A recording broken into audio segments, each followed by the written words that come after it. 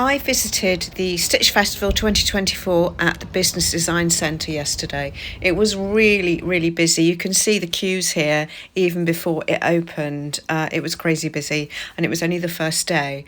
So that it covers sewing, dressmaking, knitting, crochet, embroidery, needlecraft, textile art, and many other things. I just wanted to give you a quick guide to getting around the exhibition because it's quite big. So this, you will receive one of these free plans when you go in. They're at the merchandising an info desk and info point here at the front. Okay, so this is how I attack the exhibition.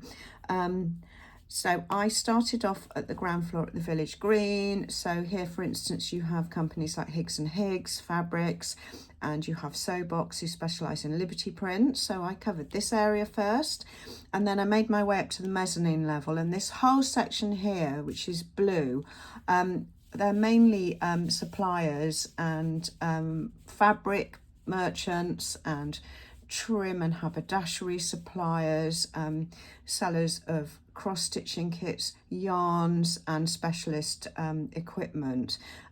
It was great. I spent most of my time in this area. So then I made my way up to the gallery area. The gallery area is all in red.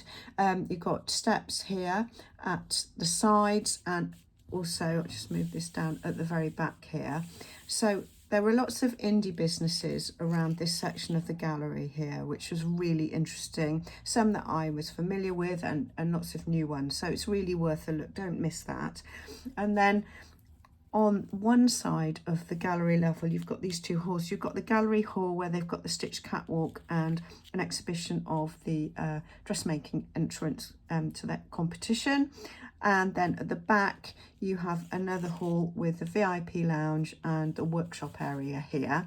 I didn't go in there because I didn't have a VIP ticket. Anyway, if you do go in, just tell me what it's like in the comments, because I wasn't privy to that, unfortunately. In terms of catering, I don't think they could ever have enough because it was so busy. I ended up having a bit of a disappointing sandwich here, although they had some really nice looking food and cakes, but I wasn't up for a big meal. But it did look really nice, but it was really busy. And then they got a coffee station here at the top of the steps, and in the gallery hall by the catwalk they had a cafe with seating and a Prosecco bar, and that wasn't so busy. So if that's busy, it might be a good idea to head over there, or vice versa. I guess it depends what it's like when you get there. Anyway, that was my plan of attack. I went around the whole thing twice, and it worked quite well. So I started on the ground floor at the very front, and looked at Higgs Higgs and also Sewbox, who are a Liberty print specialist and have a huge range of prints. I then made my way up to the mezzanine floor, which is probably the biggest area, and it has all the suppliers, the traders, the fabrics and trims, haberdashery and other craft products. It's a really great place to go if you're looking for specialist tools, or if you want an overview of machines as well. From my point of view, the fabric ranges I saw were great. There's some really good suppliers. There's some that I wasn't that familiar with. Purple Stitches had a great stand, lovely range of fabrics, lovely zips as well, and a range of dressmaking patterns. And next to them was the Cross Stitch Guild, who had some really beautiful pieces. Lady McElroy fabrics were there. I've seen them there before. A great selection of prints. It was getting tricky to film even at this point, and I'd only been there an hour or so. This is the Cloth Atelier, who had a beautiful range of prints alongside patterns as well, particularly nice. Then I headed upstairs in a little while to the gallery where Higgs Higgs have got another stand, and they are all patterns. Also upstairs at the gallery is an exhibition of dressmaking patterns, and then this shows you how busy it became. It was almost impossible to film on the stands because there were so many people there. So I resorted to taking footage from the gallery level so I could give you a bit of an overview. There's a VIP lounge that I never went to. Yes, just to give you a feel for the exhibition, really. So I think the best thing is that I've put information in the description below of all the businesses that I visited on the day that I found of interest. But hopefully this will give you a sense of it and will inspire you to visit yourself. Maybe this year. We've got 3 more days to go. As I record this, it finishes on Sunday the 24th. Yeah. Well, I hope you enjoyed that and found it useful and or interesting. I had a good day. I filmed this and I've edited this really quickly because I wanted to get it out because it's the first day of the show today and there are 3 more days to go, and I thought it might be helpful for people visiting. Anyway, I was last of the big spenders. Sorry to disappoint you. I didn't do a massive fabric haul, as much as I'm always up for that. I don't really need too much at the moment and I didn't want to spend money for the sake of it. I did buy a couple of things. I bought this beautiful book called Pattern Magic.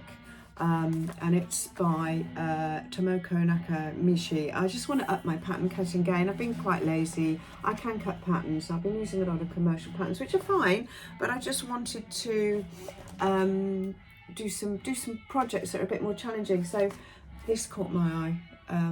I thought that was beautiful, so I'm going to give that a go in the near future, as well as some other things that are in here. This is a series of books. This is the first one, so I'm going to start there with that.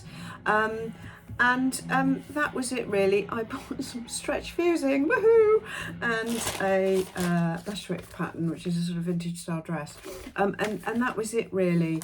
But it's a great show if you're into dressmaking and the array of crafts that they had on display there. And it's great if you're looking for specialist equipment or you want to replenish your stash. There were loads of fabric suppliers there, lots of really lovely stuff.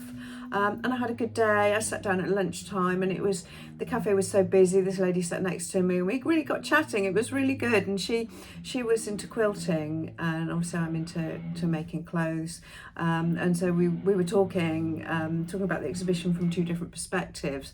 So it was great, and if you do go, I hope you enjoy it. It's on, if you're watching it at the right time, this is on until Sunday, which is, I have to check, the 24th of March at the Business Design Centre in Islington, London again.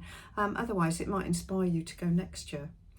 That's all for this week. It's coming out a bit early this week. Normally it's at the weekend, but I just wanted to get this out because the exhibition's still on. I'll be back next week. I think probably I'm going to have progress on my Chanel style jacket. So hopefully I'll see you then. Bye.